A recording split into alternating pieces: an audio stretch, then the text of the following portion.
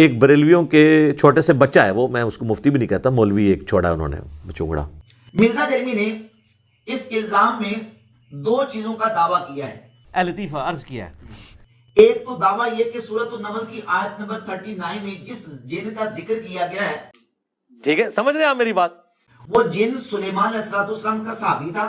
اچھا جی. اور دوسرا یہ کہ عفریت کا ترجمہ خبیث کرنا یہ گستاخی ہے. تو ہو جائے مقابلہ. آئے نہیں میدان میں.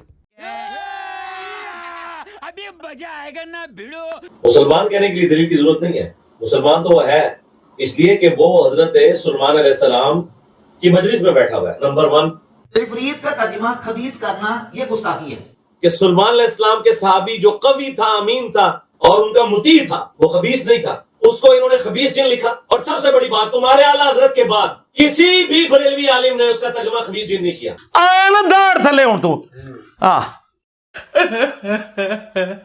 مارو ہم کو، مارو ہم کو، زندہ مت چھوڑو سالو.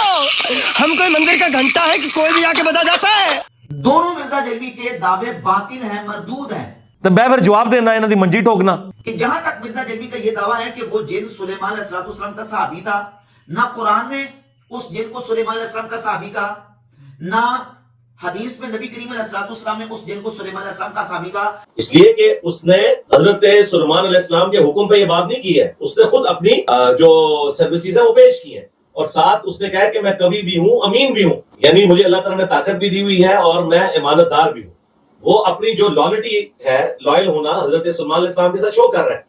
قرآن مجید کی آیات کے بعد ہم صحیح بخاری کی 3423 نمبر 3423 نمبر حدیث کی طرف جاتے ہیں.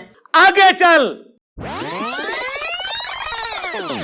نبی پاک صلی اللہ علیہ وآلہ وسلم نے ارشاد فرمایا، جن عفریت میرے پاس آیا. نبی کریم علیہ السلام نے فرمایا کہ وہ میرے پاس آیا تاکہ میری نماز کو خراب کرے. نا مفتی صاحب نا. یہی تو بریلویوں کا مسئلہ ہے، ان کے علماء کا بھی، ان کے بڑوں کا بھی، کہ بات کہیں اور سے اٹھاتے ہیں، کہیں اور فٹ کرتے ہیں اور دین کے اندر تحریف کرتے ہیں یہ لوگ. وہ جس عفریت کا ذکر ہے وہ بخاری مسلم میں ہے کہ اس نے نبی اسلام کی نماز میں خلل ڈالا تھا. اس عفریت نے کون سا خلل ڈالا تھا حضرت سلیمان علیہ السلام کی نماز کے اندر؟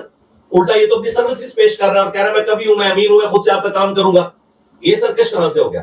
اب جو رسول اللہ صلی اللہ علیہ وسلم کی نماز کو خراب کرنا چاہتا تھا جن، مجھے بتائیں کہ وہ جن جو ہے وہ نعوذ باللہ تعالی مرزا جیلمی یہ کہنے کی جسارت کرے گا کہ وہ جن رسول اللہ کا صحابی تھا. اتنی بڑی انجینئرنگ کرنے کی کوشش کی ہے، لیکن سر تسی انجینئر تے آئے نہیں ہو، تسی انجینئرنگ کر ہی نہیں سکتے.